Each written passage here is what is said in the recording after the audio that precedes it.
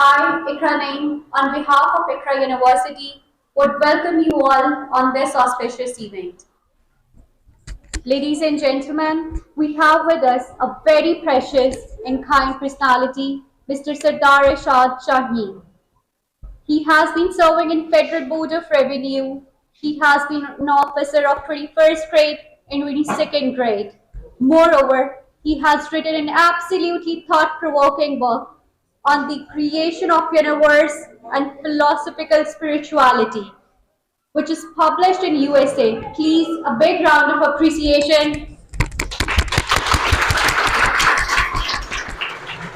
I would request Mr. Shaheen to please come on stage for a few words.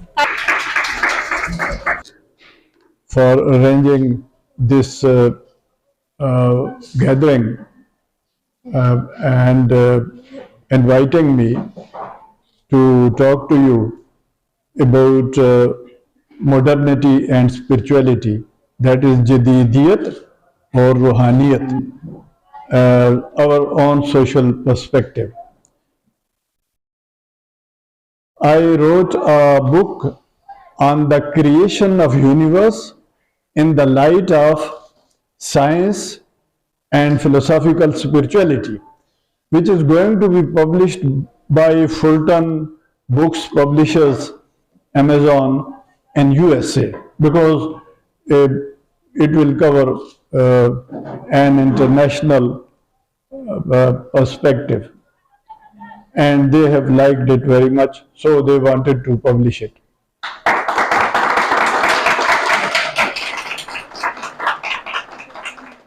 In that book, I attempted to emphasize the convergence of science and spirituality, the convergence of science and spirituality, and it is a pure research book, research work. It is only 250 pages, but it has more than 600 citations of other prominent physicists, cosmologists, philosophers, psychologists, biologists, spiritualists, including mystics and scholars. So I also wanted to share some of the aspects of spirituality and science with you. I believe that our younger generation is capable of doing much better work than we did, and they have more talents to develop our society, and I think not for future. But the problem with which I have been seeing, and which I also confronted myself all along during my young age, for many years together, it was the conflict between belief, faith, and science. And it is quite rampant in our society, because what we do is sometimes just opposite which we should do or which we are taught about. This conflict or dilemma actually eats up our talents, and that's why there is much less interest in science, technology, math, and similar other subjects in our country. Our educational system is rampant with the poverty of intellect. There are a few institutions like yours, English medium schools, colleges, universities, but they are very few. Otherwise, a large majority of our institutions has no facility or no interest in science and mathematics. And you may be knowing, uh, you must be well aware that we do not have a single mathematician of world class, not a single mathematician, not a single scientist, not a single philosopher in our country. One physicist and scientist, Dr. Abdul Salam, who uh, was awarded with Nobel Prize, he was not recognized in our country due to religious factor. Whatever he was, but he was a Pakistani. He was born in Jhang in a very poor family, and he rose to those heights. And in every significant book of physics, his name is mentioned, even today. But even our younger generation doesn't know his name, perhaps. So science has been given too less a priority. Its reason is, and I think I should explain it in Urdu, because spirituality and science, the conflict of spirituality and science will be much easier to understand to you. تو اس میں spirituality یا روحانیت اور modernity یا جدیدیت کا جو conflict ہے، اس کی بڑی وجہ جو میں سمجھا ہوں اس میں ایک یہ بھی ہے کہ ہمارے جو لاز ہیں، سوشل لاز جو ہیں وہ فزیکل لاز کے برابر نہیں ہوتے. فزیکل لاز پرماننٹ ہوتے ہیں. مثلا لاز آف فزکس جو ہیں کہ روشنی کی، ایز یو نو، روشنی کی ایک ہی رفتار ہوتی ہے 300,000 کلومیٹرز پر سیکنڈ، جو ہمیشہ ایک ہی جیسی رہتی ہے. اسی طرح گریویٹیشن فورس کے لاز ہیں، اسی طرح law of energy and matter, law of conservation of energy, یہ سارے پرماننٹ اٹل لاز ہیں. تو ہم یہ سمجھے ہیں کہ جو سوشل لاز ہیں وہ بھی اسی طرح اٹل ہیں، اور ان میں کوئی چینج کی ضرورت نہیں ہے، لہذا بیٹھے رہو. جس دور میں جو لاز بن گئے، جو رسمیں بن گئی، جو ریچولز بن گئے، جو ٹریڈیشن بن گئی، اس میں چینج کی ضرورت نہیں ہے. کوئی تھوڑی بہت چینج کی ضرورت اگر ہے تو ہے. تو it creates conflict between modernity and spirituality, between your faith and between the modern norms, modern requirements. اسلامی نظریاتی کونسل کے جو چیئرمین تھے doctor Khalid Masood, very brilliant man, a great scholar who wrote many books also, انہوں نے بڑی صحیح بات کی ہے. انہوں نے کہا کہ ہمارے جو ہیں معاشرے میں بہت سارے لوگ وہ یہ سمجھتے ہیں کہ جو سوشل لاز ہیں وہ اٹل اور پرماننٹ ہوتے ہیں، اس میں چینج کی ضرورت نہیں ہے. اور انہوں نے اقبال نے اپنی reconstruction of religious thought in Islam, reconstruction of religious thought یعنی ریویژن آف ریلیجس تھاٹ، انہوں نے اس پہ زور دیا تھا. اس میں انہوں نے ایک چیپٹر لکھا ہے اجتہاد پہ، اجتہاد یعنی رینیول. تو اس پہ ڈاکٹر خالد مسعود نے پوری ایک کتاب لکھی ہے. تو ڈاکٹر خالد مسعود صاحب کی بات صحیح ہے کہ جو سوشل لاز ہیں اس میں ہم خاطر خواہ چینجز نہیں کرتے، کیونکہ سوشل لاز ہمارے معاشرے کی ترقی کے ساتھ بدلتے رہتے ہیں. جیسے جیسے ہماری ریکوائرمنٹ بدلتی ہے، یعنی پہلے جو ٹرائبل سوسائٹی تھی یا کاسٹ ریڈن، جس طرح کاسٹ ہوتی ہے نا، جس طرح پنجاب میں، تو وہ جو معاشرہ تھا کہ کاسٹ کا یا اس کا بیلنس تھا. He is my son and daughter-in-law. She is also an English teacher.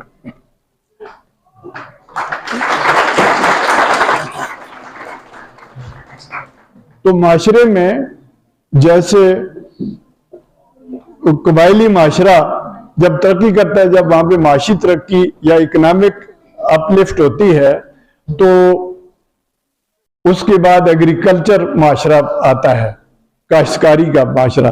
اس کے بعد جب وہ ترقی کرتا ہے تو وہ ٹریڈیشن اس میں کمرشل یا تجارتی معاشرہ آتا ہے. کمرشل ایکٹیویٹی بڑھتی ہے. اس کے بعد پھر انڈسٹریل معاشرہ آتا ہے، جس میں فیکٹریز وغیرہ لگتی ہیں، پلازے بنتے ہیں، شہر آباد ہوتے ہیں، سڑکیں بنتی ہیں، سکول بنتے ہیں، کالجز بنتے ہیں، ہاسپٹلز بنتے ہیں، دفاتر بنتے ہیں، اسٹیبلشمنٹس بنتی ہیں. تو اس چینج آ جاتی ہے. تو جو ٹریڈیشنز ٹرائبل سوسائٹی کی یا ایگریرین سوسائٹی کی پہلے تھیں، یا جو لاز اس وقت بنے تھے، سوشل لاز، ان کے چینج کی ضرورت ہوتی ہے. اس کی عام معمولی سی مثال یہ ہے کہ ایک کچا مکان کو جب آپ گرا کے ایک پکا مکان بناتے ہیں نئی ریکوائرمنٹ کے مطابق، تو سٹرکچر مسٹ چینج. تو آپ نے سٹرکچر چینج کیا، لیکن مقصد اس کا وہی ہے. اس کی جو مقصد یا روح ہے وہ چینج نہیں ہوتی. ہم یہ سمجھتے ہیں کہ اس کی سوشل لاز کو اگر چینج کریں گے تو وہ روح بھی اس کی چینج ہو جائے گی. That's not the case. روح جو ہے وہ پرپز ہے for the betterment of human life. وہ ہماری بہتری کے لیے ہم مکان کو نئے سرے سے بناتے ہیں. اس کی ایک اور معمولی سی مثال کہ ہم دانت صاف کرتے ہیں، تو پہلے دانت صاف کرتے تھے مسواک سے فار مینی سینچریز ٹوگیدر، اور یا دنداسے سے. خواتین خاص طور پہ دنداسے سے کیا کرتی تھی. تو اس کے بعد پاؤڈر آیا دانت صاف کرنے کے لیے. اس کے بعد جب مزید ترقی ہوئی تو ٹوتھ پیسٹ اور برش آئے. مقصد ہے دانت صاف کرنا، دانت کی صفائی. اس کا جو طریقہ کار ہے یا انسٹرومنٹ ہے وہ بدلا ہے. روح وہی ہے، مقصد دانت صاف کرنا ہے. اسی طریقے سے سوشل لاز کو بدلنا، وقت کی ریکوائرمنٹ، سوسائٹی کی چینج اور اس کی ریکوائرمنٹ کے بدلنے کے ساتھ بہت ضروری ہوتی ہے. لیکن ہمارے ہاں یہ سمجھا گیا کہ سوشل لاز جو ہیں ان کو چینج کرنے سے ہماری سروائیول پتہ نہیں ڈیمیج ہو جائے گی، یا ہمارے ہمارا فیتھ جو ہے وہ خراب ہو جائے گا. تو یہ اسی لیے ایک اسٹیگنیشن ہے. علامہ اقبال نے اپنی ریکنسٹرکشن میں لکھا ہے، بہت سارے شعروں میں بھی لکھا ہے کہ 500-600 سال سے مسلمان معاشرے میں جمود ہے، اسٹیگنیشن ہے، جس کی وجہ سے وہ ترقی نہیں کر سکے. انہوں نے ایک شعر میں خاص طور پہ یہ بڑا اچھا اس چیز کو بیان کیا ہے. مغرب کا جو یعنی ماڈرن سوشل سسٹم اور جو ہمارا سوشل سسٹم ہے، اس میں وہ شعر بڑا اچھا ہے کہ ضمیر مغرب ہے تاجرانہ، ضمیر مغرب ہے تاجرانہ، ضمیر مشرق ہے راہبانہ، وہاں دگرگوں ہے لہجہ لہجہ، یہاں بدلتا نہیں زمانہ. یعنی وہاں پہ لہجہ لہجہ چینج آ رہی ہے، وہ ترقی کر رہے ہیں، اور یہاں بدلتا نہیں زمانہ. تو اسی لیے اقبال نے اپنی ریکنسٹرکشن، اپنی کتاب کا نام ہی دیا تھا reconstruction of religious thought in Islam, کہ اس کی ریکنسٹرکشن ریویو کی ضرورت ہے. تو یہ یعنی اس میں ڈائکاٹومی نہیں ہے، اور انہوں نے اپنی کتاب میں ریکنسٹرکشن میں جو ان کے لیکچرز ہیں اس میں نہ صرف اجتہاد پہ زور دیا بلکہ انہوں نے سائنس، فلسفی اور فیتھ یا ریلیجن کو بیلنس کرنے یا ہم آہنگ کرنے کی پوری کوشش کی ہے اور بڑی کامیابی سے کی ہے، لیکن اس کو بھی یہاں پہ بہت ہی کم سمجھا گیا ہے۔ اچھا، اس کے ساتھ دوسری بات کہ ہمارے ہاں سائنس کو ریلیجن کا اپوزٹ سمجھا جاتا ہے کہ جی وہ ریلیجن جو ہے وہ تو یہ جو سائنس ہے یہ اور چیز ہے، اور یہ ریلیجن تو یا فیتھ بالکل مختلف چیز ہے، بلکہ سائنس یا فلسفہ پڑھنا گمراہی ہے۔ فلسفے کو خاص طور پہ کہتے ہیں کہ وہ فلسفہ پڑھ کے نا جی آپ گمراہ ہو جائیں گے، اسی طرح کہتے ہیں سائنس زیادہ جو ہے نا زیادہ پڑھ کے تو وہ بندہ گمراہ ہو جاتا ہے۔ یہ بہت بڑی غلط فہمی اور لیک آف پراپر ایجوکیشن ہے۔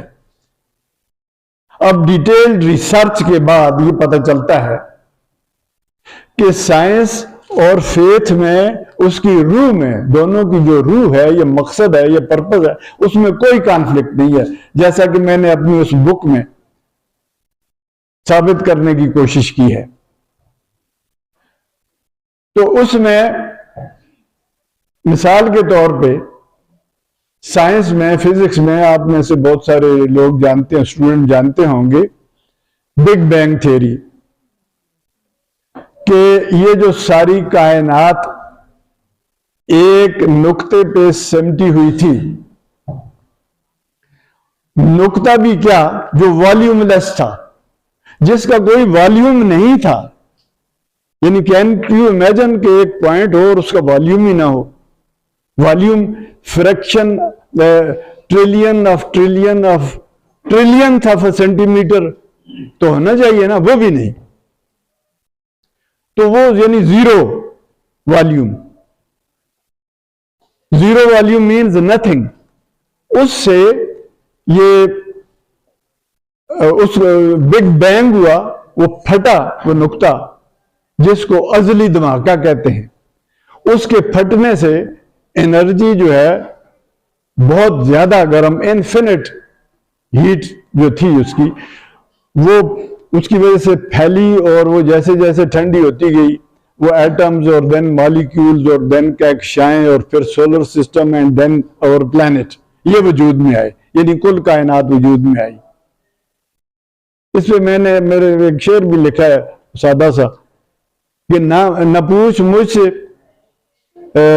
کتنا بڑا ہے خدا یہ دیکھ ذرا، نہ پوچھ مجھ سے کتنا بڑا ہے خدا یہ دیکھ ذرا، کہ ایک نقطے سے سارا جہان پیدا کیا۔ تو یہ جو ہے نا، یہ جو کہتے ہیں وہ جو تو ایسے ہی ہے، تو یہ پہلے آپ اس کی وہ جو قرآن بار بار کہتا ہے کہ غور کرو، دیکھو، ادھر ادھر دیکھو، میں نے کیا ہے، کیا میں نے کیا ہے، یہ زمین کو دیکھو، سمندروں کو دیکھو، پہاڑوں کو دیکھو، کھیتوں کو دیکھو، درختوں کو دیکھو، پودوں کو دیکھو، پھولوں کو دیکھو، ان کو کیسے میں نے پیدا کیا ہے، بادلوں کو دیکھو، سٹارز کو دیکھو، چاند کو دیکھو، ان کی حرکتیں دیکھو، سورج کو اور لائٹ کو اور اندھیرے کو دیکھو، اس کا کھوج نکالو اپنے اندر۔ ماں کے پیٹ میں نے کس طرح کتنی سٹیجز سے اس کو بچے کو ڈیولپ کیا، اور اس کے بعد میں نے اس کو کس طرح، تو یہ کیا ہے؟ What is this? This is science. غور کرو، تدبر کرو، تو یہی جب بگ بینگ والی بات ہے تو کیا آپ حیران نہیں ہوتے، آپ کا دماغ چکراتا نہیں ہے کہ جی کہ کس طرح یہ کس نے کیسے پیدا کر دیا؟ No one can do it. تو یہ کس طرح فیتھ کے خلاف ہو گیا؟ اچھا، دوسری بات اس کے ساتھ، اس سے بھی زیادہ جو اہم ہے، یہی بات تو قرآن میں کہی گئی ہے، یہ نہیں کہ قرآن کوئی فزکس کی کتاب ہے، ہر چیز آپ کہیں یہ قرآن میں ہے، ہر بات کو آپ کہیں یہ قرآن میں ہے، نو. لیکن یہ توحید کا کیا کانسیپٹ ہے؟ What does it mean? وہ جو نقطہ بگ بینگ کا ہے دیٹ از سنگولیرٹی.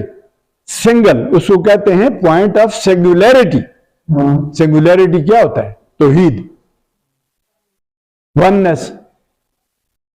تو وہ پوائنٹ آف سنگولیرٹی یا نقطہ ہے. تو ہمارے جو بڑے بڑے فلاسفر صوفی، امام علی، امام حسین، انہوں نے کہا کہ نقطہ، یہ کائنات ہے، یہ پھیلا ہوا نقطہ ہے، نقطے کا پھیلاؤ ہے. حضرت امام حسین نے ایک کتابچہ یا رسالہ لکھا ہے جس کو بہت سارے لوگوں کو پتہ ہی نہیں ہے سوائے چند ایک صوفی فلاسفر کے. اس کا نام ہے میرات العارفین. اس کا اردو ترجمہ بھی ہے اور اس کی انگلش ٹرانسلیشن جو میں نے پڑھی ہے، wonderful English translation by doctor Hasan Askari, وہ انگلینڈ سے انہوں نے کی، جو ملتی نہیں ہے کتاب یہاں. تو اس میں انہوں نے یہ کائنات کی تخلیق کا جو نظریہ پیش کیا، جو میں نے اپنی کتاب میں ڈیٹیل سے لکھا ہے، وہ اتنی ڈیٹیل سے میں ابھی یہاں نہیں بات کر سکتا. وہ یہ ہے کہ یہ جو پوری کتاب ہے وہ نقطے میں ہے. وہ کس طرح نقطے میں ہے؟ کیونکہ نقطے سے ہی الفابیٹس بنتے ہیں. نقطے سے الف، بے، پے اور سارے یہ تک، اور اس کے بعد حرف بنتے ہیں، نہیں، لفظ بنتے ہیں. لفظ مینز ورڈز. الفابیٹ سے ورڈز، ورڈ سے سینٹینسز بنتے ہیں، سینٹینسز سے چیپٹرز بنتے ہیں، چیپٹرز کے بعد بک بن جاتی ہے، جس کو ہمارے بڑے بڑے صوفیاء اور بڑے فلاسفرز نے بھی، مفکرین نے بھی کہا کہ یہ عالم جو ہے، یہ جو کائنات ہے، یہ کتاب ہے. تو انہوں نے اسی بات کو، یہ جو کہتے ہیں نا بلے شاہ، یہ کہتے ہیں صوفی جی یہ تو ایسے ہی بس وہ ایسے ہوتے ہیں تو ویسے ہوتے ہیں. بلے شاہ نے جو کہا کہ پھڑ نقدہ چھوڑ کتاباں، اس میں یہ گہرائی والی بات ہے. وہ ہائر لیول کی بات کرتے ہیں، ہم نچلے لیول سے سیڑھیاں چڑھتے ہوئے اوپر جانے کی کوشش کرتے ہیں. پھڑ نقطہ چھوڑ کتاباں، it is that point of big bang. تو اب اس میں توحید، سنگولیرٹی، یونٹ، وحدت، اس پہ میں نے ڈیٹیل سے لکھا ہے. اور محی الدین ابن العربی، اور اس سے بھی ذرا پہلے تو امام حسین، حضرت امام حسین، اس کے بعد یہ بعد میں یہ شیخ عبد القادر گیلانی کے، یہ آپ کو نئی باتیں پتہ چلیں گی، اور اس کتاب میں بھی لوگوں کو نئی باتیں پتہ چلیں گی. حضرت عبد القادر گیلانی کے جو مرشد تھے، ان کے بہت سارے مرشد تھے، ون آف دا مرشد ابو سعید، انہوں نے تنزلات ستہ ایک چھوٹی سی کتاب لکھی. اس میں وہ ڈیسنٹ، سکس ڈیسنٹ یا سکس سٹیجز، وہ six stages of creation of universe, اس کو میں نے لیا ہے، اسی وہ جو ماڈرن کاسمالوجی کے مطابق. تو وہ بالکل ایبسلوٹلی کلیئر ہے، لیکن انہوں نے اپنے الفاظ میں، اپنے وقت، اپنی ووکیبلری، اپنی ٹرمز میں بات کی ہے. تو اب اس میں یہ صوفیاء نے اس بات کو آگے بڑھایا ہے. تو اس کو کہتے ہیں وحدت. یہ جو سنگل پوائنٹ آف یونٹی یا نقطہ ہے، وحدت، اس کے بعد واحدیت، اس کے بعد عالم ارواح، اس کے بعد عالم امثال، اس کے بعد عالم اجسام، دا ورلڈ آف باڈیز، اس کے بعد کیا ہے؟ پلانٹس، اینیملز، مین. یہ نظریہ ارتقاء کی طرف اب میں آتا ہوں. یہ جو کہتے ہیں نا جی وہ ڈارون کفر کر گیا, وہ ہارون یا صاحب نے تو ساری انرجی اسی پہ ضائع کر دی اللہ کے بندے نے, وہ کتابیں لکھ کے تو گمراہی کر گیا ڈارون کا. حالانکہ ڈارون ریلیجن کو مانتا تھا, اللہ کو مانتا تھا, اس نے تو صرف اس کے بنائے ہوئے قوانین کو ہو گیا ہے. تو اس کا یہ صوفیاء نے, ہمارے مسلمان فلاسفہ نے بھی اور صوفیاء نے بھی اس کو بہت پہلے یہی بات کہی ہے. یہ ابن حاجز, ابن طفیل, ابن مسکوے جو بہت بڑے فلاسفر اور سائنٹسٹ تھے, ابن مسکوے نے تو وہ بات اتنی خوبصورت سمری میں یہ جو نظریہ ارتقاء لکھا ہے, علامہ اقبال نے اپنی ریکنسٹرکشن میں اس کی وہ سمری دی ہے. بالکل لگتا ہے کہ جیسا کہ ڈارون نے پتہ نہیں اس سے لے لیا ہو.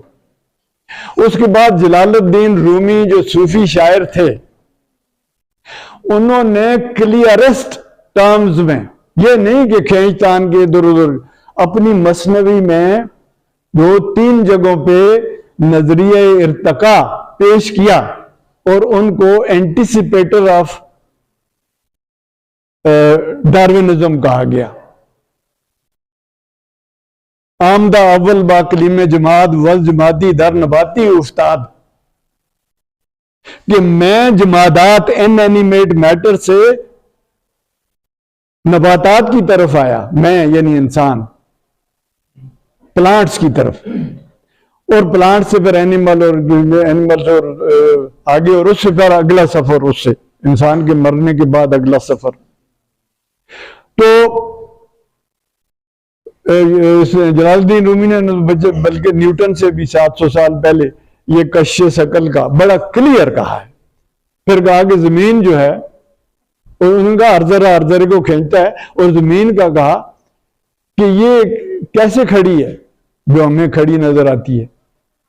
تو انہوں نے کہا کہ یہ ہم چکن دیلے معلق در ہوا, جس طرح ایک فانوس یا شینڈلیئر یا سٹار ایک ہوا میں معلق ہوتا ہے اور چاروں طرف سے اس کو کوئی چیز کھینچ رہی ہوتی ہے اور معلق ہوتا ہے مقناطیس کی طرح, یہ زمین اس طرح معلق ہے سپیس میں.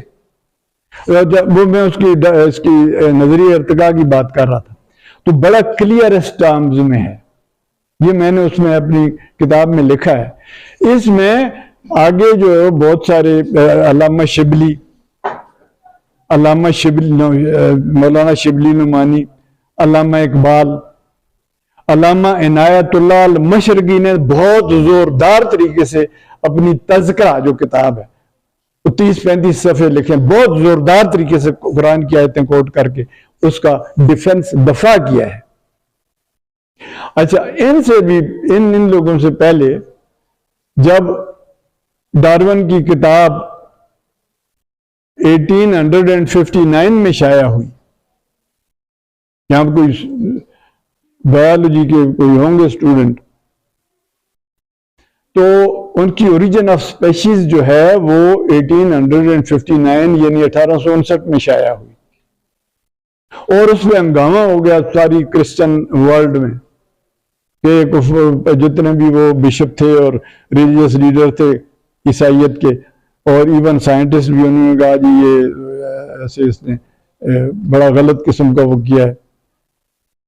لیکن ایک بہت بڑے بزرگ تھے ہمارے, حضرت شیخ الجسر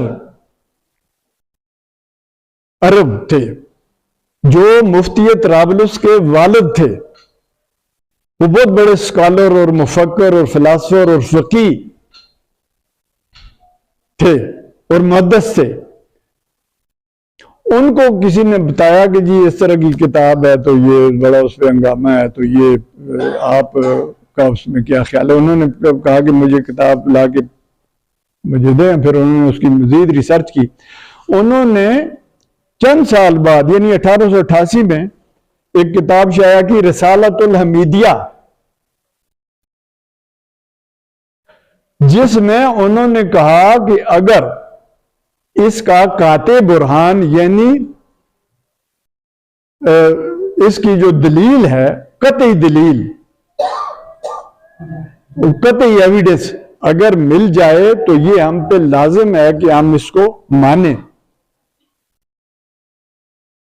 لیکن ہم اس کو اس طرح رد نہیں کر سکتے کیونکہ اس آدمی نے اللہ کی قدرت کے بارے میں بہت زیادہ ریسرچ کی ہے، قدرت ہی ہے نا جی جس نے اس طرح پیدا کیا صرف۔ تو دوسری بات انہوں نے کہی کہ بھئی آپ کو اور ہمیں کیا تکلیف ہے کہ اللہ تعالیٰ نے انسان کو ایسے پیدا کیا یا ایسے پیدا کیا، یا کائنات کو ایسے پیدا کیا یا ایسے، یا جانداروں کو ایسے پیدا کیا یا ایسے پیدا کیا، ارتقاء سے پیدا کیا یا ایک دم پیدا کیا، تو آپ کو کیا تکلیف ہے؟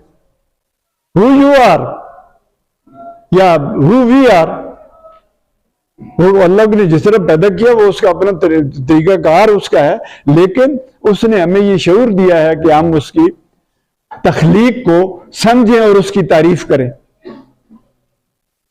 انہوں نے وہ جو کتاب لکھی رسالۃ العبیدیہ، اب دیکھیں کتنے بریلینٹ وہ ہمارے لوگ تھے، ہمارے مفکر، کیونکہ انہیں قرآن، حدیث اور اسلامی تعلیمات کا صحیح اور فلسفے کا صحیح علم تھا۔ اسی کتاب رسالۃ العبیدیہ کا مولانا اشرف علی تھانوی نے اس کا ترجمہ کیا اردو میں، اسلام اور سائنس۔ وہ کتاب جو عربی میں شائع ہوئی اس کا اردو ترجمہ اب آپ لوگ وہ ضرور پڑھیں، وہ مختلف کتب خانوں میں یہاں پہ ملتی ہے۔ اس کا نام ہے فلسفہ، سائنس اور قرآن، فلسفہ، سائنس اور قرآن۔ اور اس کو جو تالیف کیا ہے، یعنی اس کو جس نے اس کو سسٹمیٹائز کیا ہے، وہ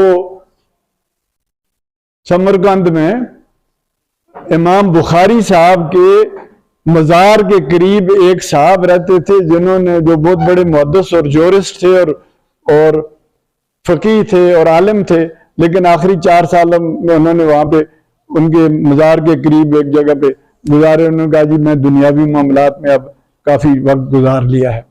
انہوں نے وہ ڈکٹیٹ کروائی، وہ آپ اس کتاب میں پڑھیں گے، وہ سارا قصہ لکھا ہوا ہے کہ وہ جو اسٹوڈنٹ گمراہ ہو گیا تھا، یعنی اسٹوڈنٹ کہتا ہے یہ پشاور سے گیا تھا، عربی النسل، حیران العزف، وہ وہاں پہ گیا، ان کو جا کر ملا کہ یہاں پہ اسے اپنے ٹیچرز نے یونیورسٹی میں کہا کہ یہ جو فلسفہ تم مارتے ہو نا، یہ گمراہ ہو جاؤ گے، یہ نہیں، یہ اسلامیات میں تم یہ نہیں کرو۔ تو اس کے ذہن میں آگ جلتی رہی پھر وہ کسی طرح وہاں پہنچ گیا، تو وہاں انہوں نے ان بزرگوں سے سوال جواب، انہوں نے کہا کہ یہ رجسٹر لاؤ اور پین لاؤ اور سوال جواب جو میں تم مجھے پوچھتے ہو اور میں تمہیں جواب دیتا ہوں، تو وہ کتاب چھپی ہے، یہ فلسفہ، قرآن اور سائنس۔ اس کی جو عربک ٹیکسٹ تھا، وہ جو پہلے ہوتا تھا نا ٹیلی پرنٹر، وہ یہ جو کتاب اس کا جس نے ترجمہ کیا ہے، یہ اللہ بخش کلیار ہیں، فیصلہ آباد کے وکیل ہیں، اور ان کا تعلق غالباً جماعت اسلامی سے تھا۔ تو انہوں نے مجھے وہ بھیجی، اس کا عربک ٹیکسٹ جو پرنٹ، اس میں ٹیلی پرنٹر کا بڑا سا وہ بنا ہوا تھا۔ تو وہ مجھے انہوں نے کہا کہ اس کی انگلش ٹرانسلیشن کریں اس بک کی۔ وہ میں نے ڈاکٹر جمیل قلندر صاحب جو یہاں پہ انٹرنیشنل اسلامک یونیورسٹی کے اس کے عربک ڈپارٹمنٹ کے ہیڈ تھے، بہت زبردست اسکالر اور M A English gold medalist, M اے فلسفی، اور اس میں عربی میں تو خیر پی ایچ ڈی کرواتے تھے، ان کو دیا، لیکن وہ پھر بیمار پڑ گئے اور ان کا فوتگی ہو گئی۔ تو کہنے کا مقصد یہ ہے کہ یہ کتاب پڑھیں، تھوڑی مشکل شاید آپ کو لگے گی، لیکن بار بار پڑھیں گے تو یو ول بی انلائٹنڈ کہ کس طرح جی وہ فیتھ، اور اس میں اللہ کی بنائی ہوئی کائنات، اللہ کا بنایا ہوا انسان، اللہ کا بنایا ہوا انسان کا شعور، اور پھر ان میں کانفلکٹ ہے۔ تو یہ جو کہتے ہیں نا جی، سائنسدان بھی کہتے ہیں، سائنسدان بھی ٹھیک ہے جی، سائنس ہم تو صرف اس حد تک ہیں کہ ہم جو چیز ہم میئر کر سکتے ہیں، محسوس کر سکتے ہیں، دیکھ سکتے ہیں، ہم صرف وہاں تک ہی ہیں. اس سے آگے یہ ریلیجن بالکل الگ تھلگ چیز ہے. یہی بات ہمارے لوگ کہتے ہیں بہت سارے. او بھائی کیوں آپ ڈیوائیڈ کرتے ہیں؟ انسان کو بھی آپ ڈیوائیڈ کرتے ہیں، کائنات کو بھی آپ دو حصوں میں ڈیوائیڈ کرتے ہیں.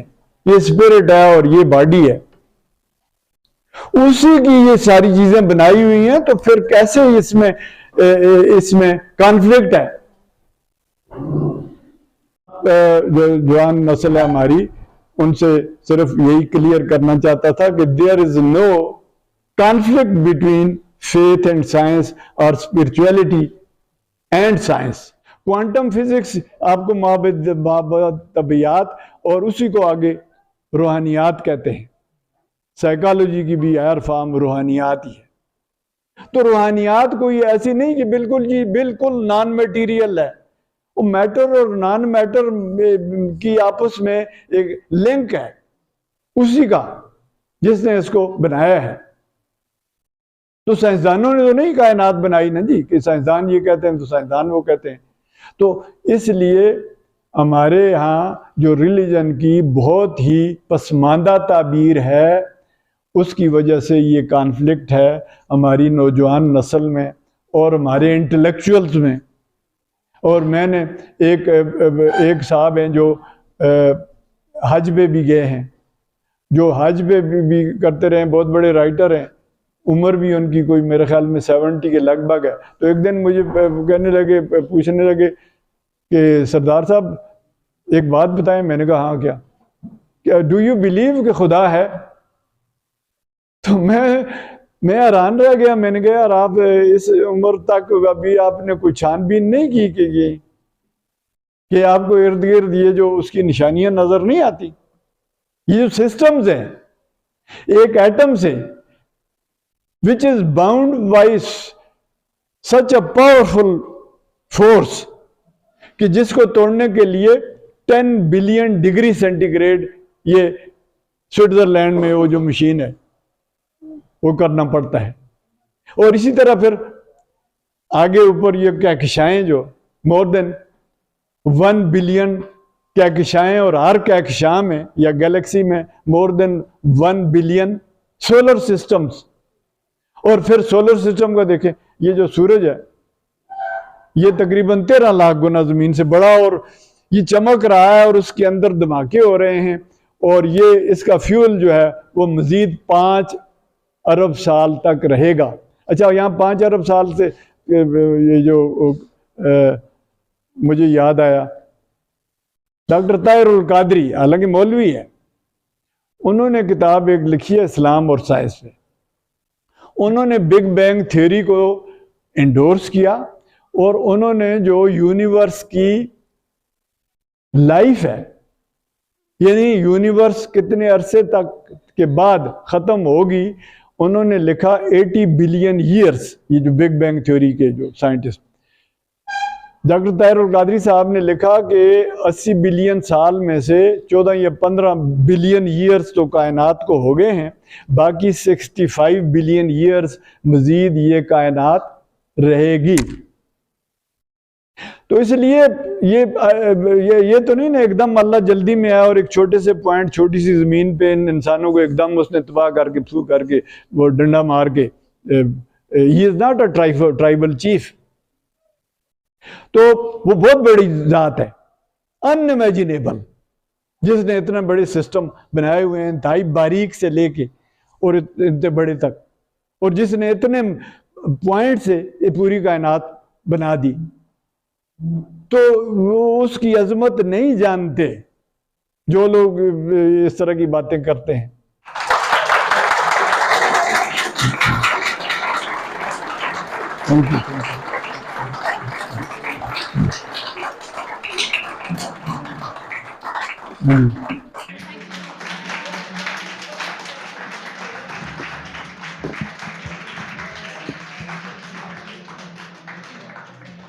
Thank you so much, sir, for honoring us with such thought-provoking words.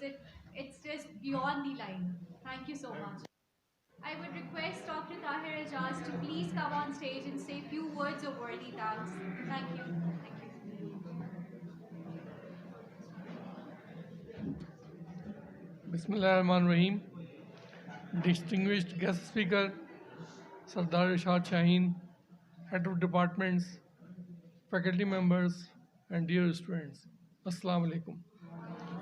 Firstly, I would like to thank the guest speaker for sharing such a thought-provoking and intellect topic and discussions with us. یہ جو آج ہم نے بات کی یہ اس چیز سے بہت مختلف ہے جو کہ ہم روزانہ کر رہے ہوتے ہیں کلاس روم سے. ہم وہاں پہ سائنس سائنس سائنس بس اسی حد تک رہ جاتے ہیں. ان کی جو روحانیت ہے اس کے اوپر ہم نہیں آتے. تو آج روحانیت بھی آپ نے دیکھ لی کہ کس طرح سے جو ہے دونوں ایک دوسرے کے ساتھ مطابقت رکھتی ہے اور کتنے ایک دوسرے کے لیے ضروری ہے. تو یہ ہم اپنی زندگی میں اکثر جو ہے پا رہے ہوتے ہیں لیکن وہ ان کو الفاظ تک لے کے نہیں آ رہے ہوتے. تو آج ڈاکٹر صاحب نے بہت اچھا جو ہے ہمارے ساتھ ایک شیئر کیا اپنے تھاٹس کو. ہم ان کے شکر گزار ہیں. انشاءاللہ سر ہم آپ سے رابطے میں رہیں گے تاکہ آپ کے جو ریسرچ ہے جو آپ کے کاوشیں ہیں ان تک جو ہے تھوڑی سی ہمیں بھی رسائی ہو. بہت شکریہ سر. Thank you.